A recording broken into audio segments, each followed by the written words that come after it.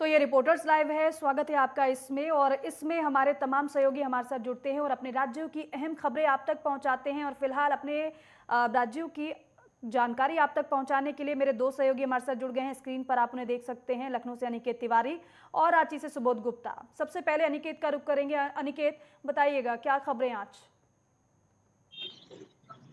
बड़ी खबरों की तो सबसे बड़ी खबर आज प्रदेश की लगातार जिस तरह से पीएफआई के ऊपर एनआईए की जो जांच चल रही है, जो लगातार छापेमारी हो रही है, उसमें उत्तर प्रदेश में भी राजधानी लखनऊ और वाराणसी और नोएडा में 3 जगहों पर छापेमारी लगातार की जा रही है। हालांकि यूपी, एटीएस और एनआईए की संयुक्त टीम मिलकर छापेमारी कर रही है। 4 टीमें बनाई गई हैं और ये 4 टीमें लगातार छापेमारी कर रही है। बात की जाए अगर दिक्का उत्तर प्रदेश की, तो उत्तर प्रदेश से 8 लोगों की गिरफ्तारी की बात सामने आ रही है। वही राजधानी लखनऊ की अगर दिक्का बात की जाए तो राजधानी लखनऊ से 2 लोगों की गिरफ्तारी की गई है। हालांकि बताया यह भी जा रहा है कि 2 लोग राजधानी लखनऊ से गिरफ्तार किए गए हैं, जो वो पीएफआई के सदस्य बताए जा रहे हैं। और इसके साथ जो आतंकी जो गतिविधियां, उसमें भी उनकी संलिप्तता पाई जा रही है। ये भी जो इनपुट है वो भी सामने निकल के आ रहा है कि कुछ दिन पहले विधानसभा की उन्होंने रैकी भी की थी और आने वाले समय में उत्तर प्रदेश और राजधानी में दहशत फैलाने का उनका उद्देश्य था। हालांकि अगर बात की जाए एनआईए की और यूपी एटीएस की, तो संयुक्त टीम बनाकर लगातार जो छापेमारी उनका दौर तेज होता हुआ नजर आ रहा है। उत्तर प्रदेश, राजधानी लखनऊ और वाराणसी, इन तमाम जगहों पर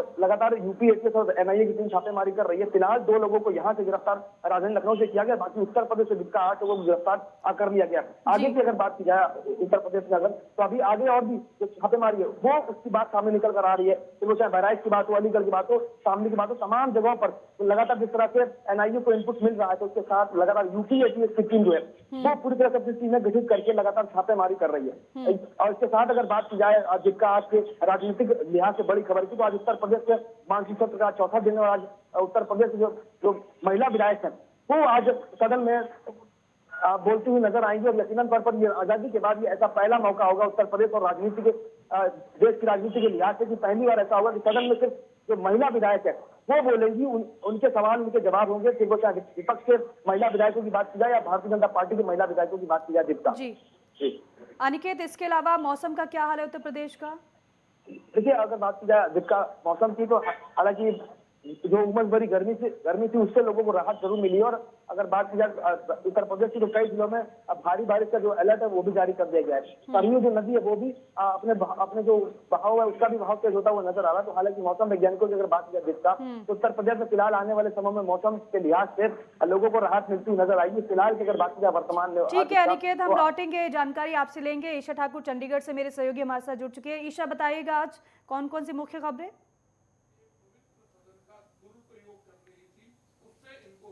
जी बिल्कुल दीपिका, आज देश भर की अगर नजरें जहां टिकी रहेगी वो पंजाब है, क्योंकि पंजाब में सियासी सरगर्मियां तेज हो चुकी है। जिस तरीके से भारतीय जनता पार्टी पर आम आदमी पार्टी ने आरोप लगाया कि ऑपरेशन लोटस के तहत विधायकों को खरीदने की कोशिश की गई, तो वहीं विश्वास मत पेश करने के लिए राज्यपाल ने जो सदन बुलाया गया था मान सरकार की तरफ से, उसे रद्द कर दिया गया है और भारतीय जनता पार्टी आज विरोध प्रदर्शन करने जा रही है। इस वक्त मेरे साथ पंजाब बीजेपी के अध्यक्ष अश्वनी शर्मा जी भी हैं। इनसे भी हम राय लेंगे कि किस तरीके की रणनीति बीजेपी की तरफ से बनाई गई है, किस तरीके कौन कौन से ऐसे मुद्दे हैं जिसको बीजेपी उठाएगी। और यहाँ पर दीपिका, जो गौर करने वाली बात है वो ये है कि 14 सितंबर को मामला दर्ज कर दिया गया था आम आदमी पार्टी की शिकायत पर। मोहाली में विजिलेंस ने मामला दर्ज किया था, लेकिन यहाँ पर अज्ञात के खिलाफ मामला दर्ज हुआ था, जबकि आरोप भारतीय जनता पार्टी के तमाम नेताओं पर लगाए गए थे। यहाँ तक कि केंद्रीय गृह मंत्री अमित शाह का नाम भी प्रेस कॉन्फ्रेंस में लिया गया था,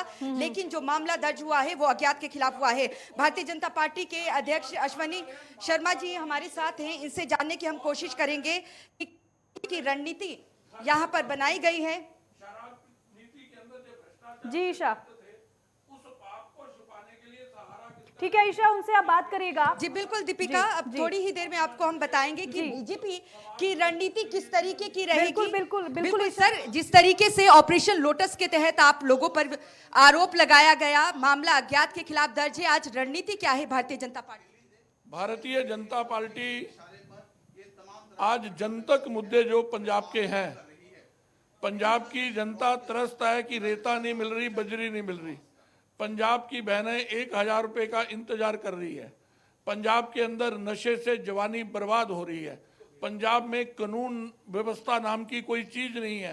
जनता से जुड़े हुए मुद्दों को लेकर भारतीय जनता पार्टी ने मान को जगाने के लिए, आम आदमी पार्टी की सरकार को जगाने के लिए आज का ये मार्च रखा है और उनको ये संदेश देने के लिए कि भाई तो आपकी जवाबदेही पंजाब के प्रति है।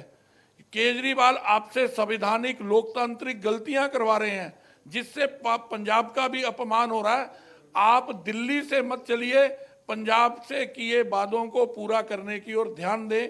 इसको लेकर इस कुंभकर्णी सरकार को जगाने का काम भारतीय जनता पार्टी आज करेगी। लेकिन दूसरी तरफ कहीं ना कहीं भगवंत मान साहब कह रहे हैं कि राज्यपाल ने जो फैसला लिया है, सदन नहीं बुलाने दिया जा रहा है, तो ऐसे में लोकतंत्र की हत्या हुई है।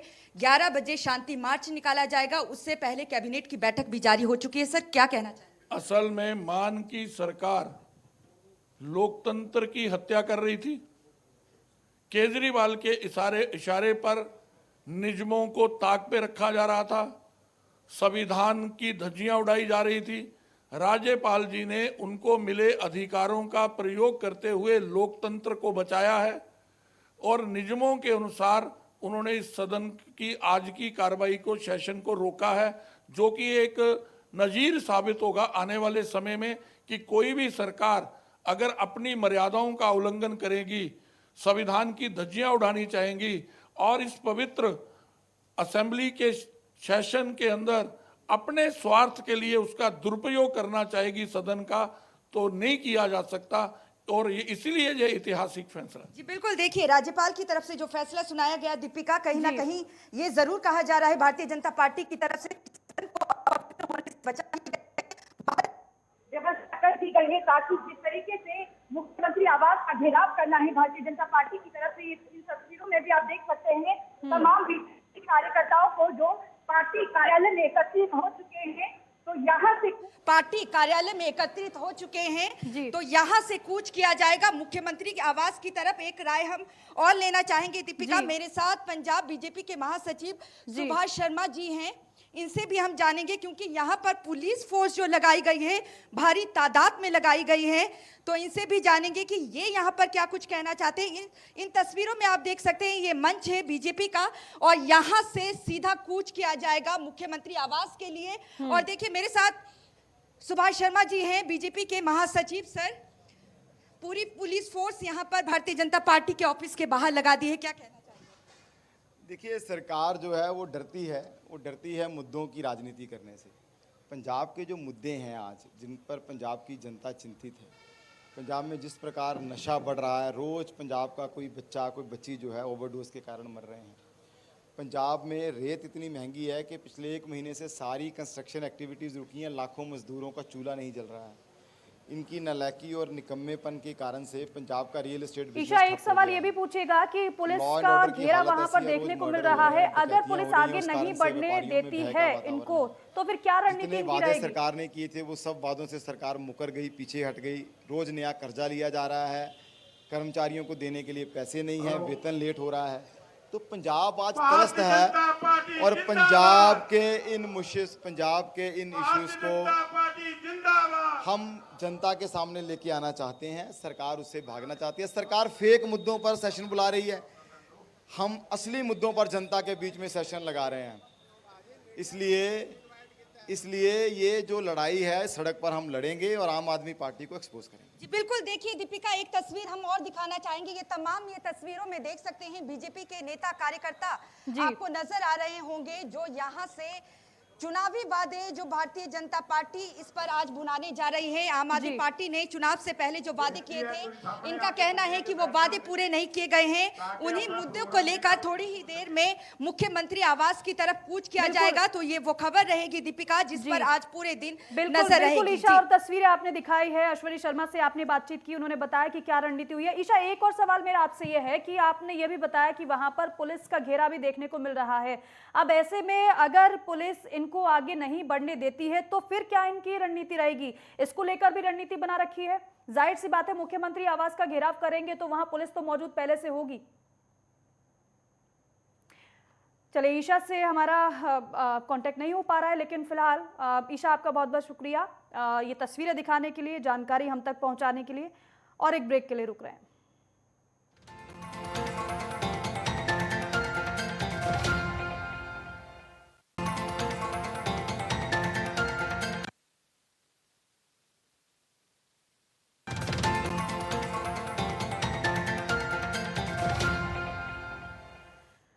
स्वागत है आप सभी का। मेरे दो और सहयोगी हमारे साथ जुड़ चुके हैं। अनिल नेताम रायपुर से जुड़ गए हैं और साथ ही साथ सुबोध भी हमारे साथ जुड़े हुए हैं रांची से।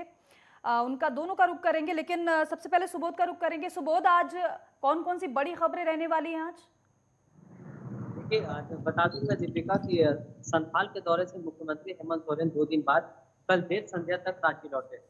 आज झारखंड के जितने भी पुलिस अधीक्षक है, 24 जिलों के पुलिस अधीक्षक के अलावा राज्य के डीजीपी और आईजी के साथ जितने भी तमाम वरीय पुलिस पदाधिकारी हैं, मुख्यमंत्री हेमंत सोरेन प्रोजेक्ट हॉल में बैठक करने वाले हैं। कल 5 राज्यों के डीजीपी यहाँ पर पुलिस मुख्यालय रांची में बैठक किया था, जिसके बाद कई अहम निर्णय लिए गए थे। मैं बता दूं कि निर्णय में नक्सल प्रभावित जो सीमावर्ती क्षेत्र है, झारखंड से लगने वाले अन्य राज्यों के सीमावर्ती क्षेत्र है, उन पर नक्सल गतिविधियों पर लगाम लगाना, गैंगस्टरों पर जो झारखंड में गैंगस्टरों का दबदबा पड़ रहा है, बिहार में और पश्चिम बंगाल में दबदबा पड़ रहा है, उस पर लगाम लगाना सहित जो आधुनिक हथियार है, जो कहीं न कहीं विदेशी हथियार है और अन्य जगह से निर्मित हथियार है, जो नक्सलियों तक पहुंचाई जा रही है, शूटरों तक पहुंचाई जा रही है, उस पर लगाम लगाने की कल बैठक की गई थी। उसी की रिपोर्ट आज मुख्यमंत्री हेमंत सोरेन को सौंपी जाएगी। हेमंत सोरेन इस रिपोर्ट को तमाम पुलिस पदाधिकारियों के साथ साझा करेंगे और राज्य में हो रही नक्सल गतिविधि के साथ शूटरों और अन्य गैंगस्टरों के जो वारदात होते हैं, उस पर लगाम लगाने की बैठक की जाएगी। राज्य में एक और बड़ी खबर सामने आ रही है कि विधि व्यवस्था, पिछले कुछ दिनों पूर्व जो राज्य में विधि व्यवस्था को लेकर लगातार घटनाएं हो रही थी और लगातार जो हत्याएं हो रही हैं, उस पर भी मुख्यमंत्री आज संज्ञान लेने वाले हैं। पुलिस पदाधिकारियों को बड़े निर्देश देने वाले हैं, जिसके आलोक में राज्य में विधि व्यवस्था का सुधार किया जा सके। मैं और झारखंड के एक राजनीति से जुड़ा हुआ बड़ी खबर बताने जा रहा हूँ कि 49 लाख रुपए नकद के साथ 3 विधायक झारखंड के कांग्रेस पार्टी के विधायक पश्चिम बंगाल में पकड़े गए थे, जिसमें इरफान अंसारी, नमन मित्तल कोंगाड़ी और राजेश कश्यप थे। आज उनकी दल बदल मामले में सुनवाई होने वाली है। मैं बता दूं विधायक दल के, कांग्रेस के ही विधायक दल के और सुनवाई कितने बजे होगी सुबोध इसकी?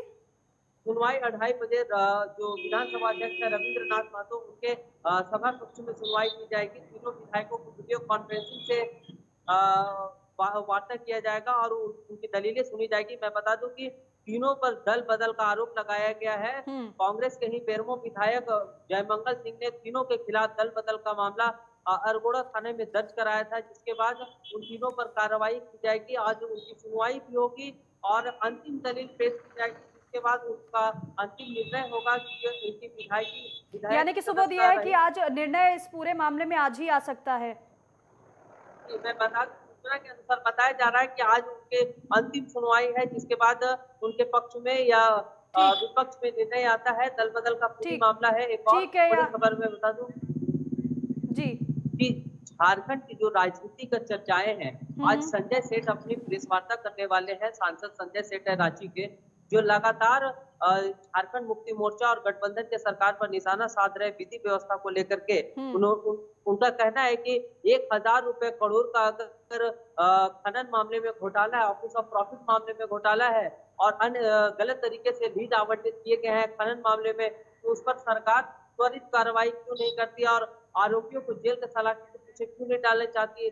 और उन्होंने कहा है अपने बयान में, कल बयान जारी किया था संजय सेठ ने, उन्होंने कहा है कि लगातार सरकार जो है यूपीए गठबंधन की सरकार खनन मामले में खुद शामिल है। लगातार उनके प्रतिनिधि और उनके कार्यकर्ताओं पर ईडी का शिकंजा कस रहा है, जिनके कारण राज्य सरकार किसी तरह का स्टेप नहीं ले पा रहे। यहाँ तक कि ऑफिस ऑफ प्रॉफिट मामले में खुद मुख्यमंत्री हेमंत सोरेन आरोपी है, जिनकी सदस्यता पर अभी भी सवाल उठाए जा रहे हैं। जी ठीक है सुबोध, हम लौटेंगे आपके पास। रायपुर का रुख करते हैं। अनिल नेताम, बताइए क्या जानकारी आपके पास? छत्तीसगढ़ सरकार जो है लगातार किसानों को उनकी आमदनी में बढ़ोतरी के लिए लगातार काम कर रही है। जिसका में गोधन न्याय योजना भी आरंभ किया गया है। गोधन न्याय योजना के तहत जो है किसानों को पिछले देर शाम 7 करोड़ 4 लाख की राशि हस्तांतरित की गई है। इस स्थान मुख्यमंत्री भूपेश बघेल जी का आज जो है कबीरधाम जिले में भेंट मुलाकात कार्यक्रम प्रस्तावित किया गया था, जिसे जो है अपरिहार्य कारणों से जो है स्थगित कर दिया गया है। आज भी कबीरधाम जिले के भेंट मुलाकात कार्यक्रम में जाने वाले थे, लेकिन किस कारणों से जो है आज का कार्यक्रम को जो है स्थगित कर दिया है। एक बड़ी खबर भाजपा ने विधानसभा में जिसे लेकर भाजपा अभी से अपनी तैयारी में जुट चुकी है। वे प्रसार में जो है पूरे जो 12 विधानसभा में होते हैं उन विधानसभा में एक भी सीट जो है भाजपा के पक्ष में नहीं आए थे, जिसे लेकर बस्तर को छावनी के लिए जो है भाजपा लगातार बस्तर का कल ही बक्सर के भाजपा के जो है उनका बक्सर दौरा था, जिसे लेकर कांग्रेस ने भी प्रयास किया है कि भाजपा के जो को चला गया है उनकी कि उन्हें कोई चीज हासिल नहीं हुई है और अभी भी उनका विश्वास है, अभी भी जो बक्सर कांग्रेस के पक्ष में है, इस तरह जो है कांग्रेस तरफ से भी कही हुई है।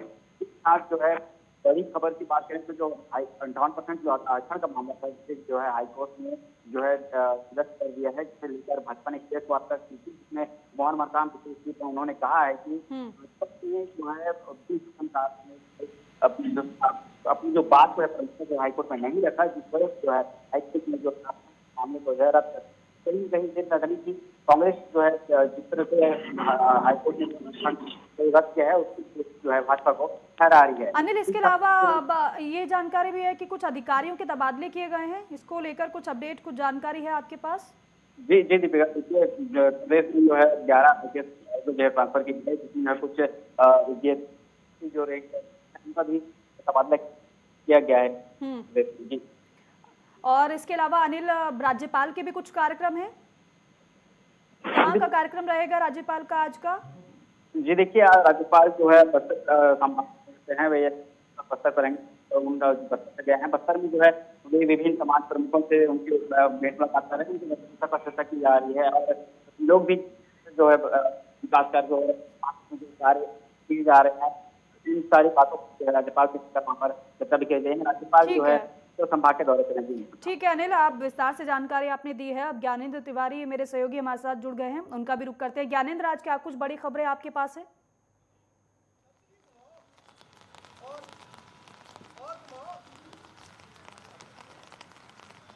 ज्ञानेंद्र, आप तक मेरी आवाज पहुंच पा रही है? ज्ञानेंद्र, हम देख पा रहे तस्वीर कि वहां पर बारिश हो रही है लगातार, और बारिश को लेकर मौसम विभाग ने अलर्ट भी जारी किया है। उस तरीके से पिछले 24 घंटे से लगातार बारिश का सिलसिला यहाँ देखने को मिल रहा है। पूरे उत्तराखंड में खासतौर पे देखा जाए, देहरादून में कल ही से जो बारिश है वो जारी है, रात भर बारिश हुई है और ऐसे में जो नदी नाले हैं वो उफान पे हैं। और जिस तरीके से अगले 24 घंटे के लिए मौसम विभाग ने प्रदेश के विभिन्न जिलों के लिए येलो अलर्ट जारी किया गया है। खासतौर पे देखा जाए बागेश्वर, पिथौरागढ़, नैनीताल और इधर देहरादून, टिहरी में भारी बारिश की जो संभावनाएं हैं वो जताई गई हैं। और ऐसे में देखा भी जा रहा है कि कल रात भर जिस तरीके से बारिश हुई है और सुबह से भी बारिश का जो सिलसिला है रुक रुक के जारी है पहाड़ी क्षेत्रों में भी। और ऐसे में कई ऐसे मोटर मार्ग हैं पहाड़ी क्षेत्रों में जो बंद पड़े हैं, जिन्हें स्थानीय प्रशासन की तरफ से खुलवाने का काम किया जा रहा है। और जिस तरीके से देखा जाए, चारधाम जो क्षेत्र है, चाहे वो पौड़ी हो, चारधाम क्षेत्र में अगर हम देखें चाहे वो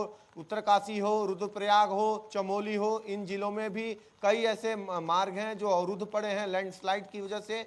उन्हें खुलवाने का जो काम है स्थानीय प्रशासन कर रहा है और प्रशासन की पूरी जो कोशिश है वो चारधाम यात्रा पे कोई प्रभाव न पड़े इस बात को लेके है। आपदा कंट्रोल रूम से सचिवालय से लगातार प्रदेश के सभी जिलों से संपर्क रखा गया है और कहाँ क्या कुछ स्थिति है उसका जायजा लिया जा रहा है। कहीं ना कहीं कोई परेशानी ना हो किसी भी क्षेत्र में, उनको विशेष तौर पे उस पर फोकस रखा जा रहा है। और जो सभी जिलों को निर्देश पहले ही शासन स्तर पे दे दिए गए थे और सभी जिलों के जो अधिकारी हैं और प्रशासनिक जो तंत्र है वो सभी क्षेत्रों में गश्त पे लगे हुए हैं। खासतौर पे देखा जाए पीडब्ल्यूडी विभाग, स्वास्थ्य विभाग, ये इनको चारधाम क्षेत्रों में लगाए गए हैं कि अगर चारधाम क्षेत्रों में किसी भी प्रकार की दिक्कत आ रही है तो तुरंत सड़कों को पहले खोला जाए, क्योंकि एकाएक एक बार फिर जो चारधाम यात्रा सुचारू रूप से चल रहा है, भारी संख्या में जो श्रद्धालु हैं वो चारधाम क्षेत्रों में आए हुए हैं। ऐसे में लोगों को दिक्कतें ना हो, भारी बारिश होने की स्थिति में उन्हें सुरक्षित स्थानों पे रोका भी जा रहा है और अगर मार्ग को कहीं अवरुद्ध हो रहा है तो उसे पुनः खुलवाने का काम भी किया जा रहा है। ऐसे में देखा जाए तो अगले 24 घंटे जिस तरीके से भारी बारिश की जो संभावनाएं जाहिर की गई हैं उसको देख के कहीं ना कहीं प्रशासन लगातार जो मुस्तैदी है वो रख रहा है सभी इलाकों में। इसके अलावा अगर हम देखें प्रदेश स्तर पे आज मुख्यमंत्री एक बड़ी बैठक का सचिवालय में लेने वाले हैं। खासतौर पे देखा जाए अभी थोड़ी देर बाद ये सचिवालय में बैठक शुरू होने वाली है। वर्चुअल माध्यम से बद्रीनाथ और केदारनाथ में जो पुनः निर्माण के काम चल रहे हैं उनका कहीं ना कहीं वो समीक्षा बैठक करेंगे वर्चुअल माध्यमों से। और इस दौरान मुख्य सचिव समेत तमाम जो अधिकारी हैं वो मौजूद रहेंगे और केदारनाथ बद्रीनाथ में जो निर्माण पुनर्निर्माण के काम चल रहे हैं उसका जायजा लेंगे। अगर देखा जाए तो ड्रीम प्रोजेक्ट है प्रधानमंत्री नरेंद्र मोदी का केदारनाथ पुनर्निर्माण का, और ऐसे में उसका एक मुआयना कहीं ना कहीं लगातार उनकी तरफ से लिया जाता है। और हमेशा वो जब भी कोई मुख्यमंत्री दिल्ली दौरे पे होते हैं तो चाहे वो अमित शाह हो या फिर नरेंद्र मोदी हो, सभी उनसे इस बारे में जानकारी लेते रहते हैं। ऐसे में दिल्ली से लौटने के बाद सीधा इसका एक समीक्षा बैठक उनकी तरफ से आज किया जाना है। जी ठीक है ज्ञानेंद्र, बहुत बहुत शुक्रिया ये जानकारी विस्तार से दर्शकों को बताने के लिए। तो रिपोर्टर्स लाइव आप देख रहे थे और यहाँ पर तमाम जो रिपोर्टर हैं अपने राज्यों की खबरें आप तक पहुंचा रहे थे। इसी के साथ ही फिलहाल के लिए इतना ही। आप देखते रहिए नेटवर्क 10। जय हिंद।